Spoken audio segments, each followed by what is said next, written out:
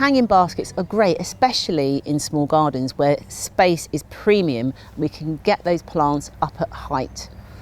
However, I've got to be honest with you, I often see them planted just with annuals and very colourful and really great, but I think you can be more creative than that. What about using them for herbs?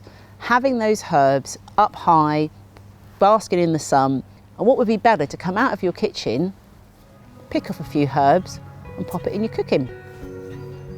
I don't know about you, but summer really is all about strawberries and cream, and they are quite an easy plant to grow. They want to be able to give us those succulent, juicy fruits. Strawberries really lend themselves to being in hanging baskets. Now, strawberries really like to scrabble and grow and put out runners very, very quickly, which is great because it means you get a lot of fruit.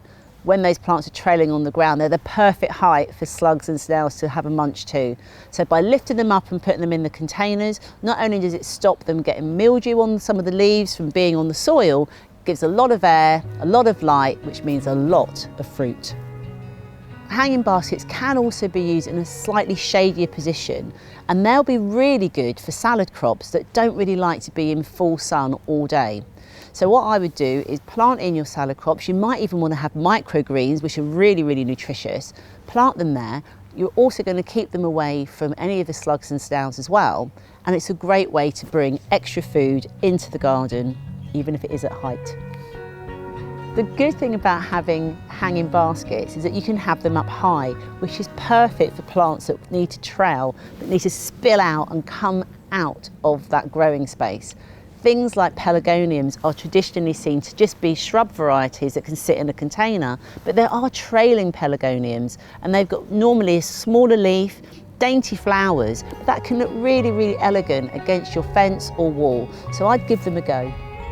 In the springtime, there's not too much going on in our borders. Of course, we're sitting there waiting for bulbs to come up and we're waiting for that anticipation of spring. But sometimes it's a really good idea to bring plants up to high level, and what better than a hanging basket?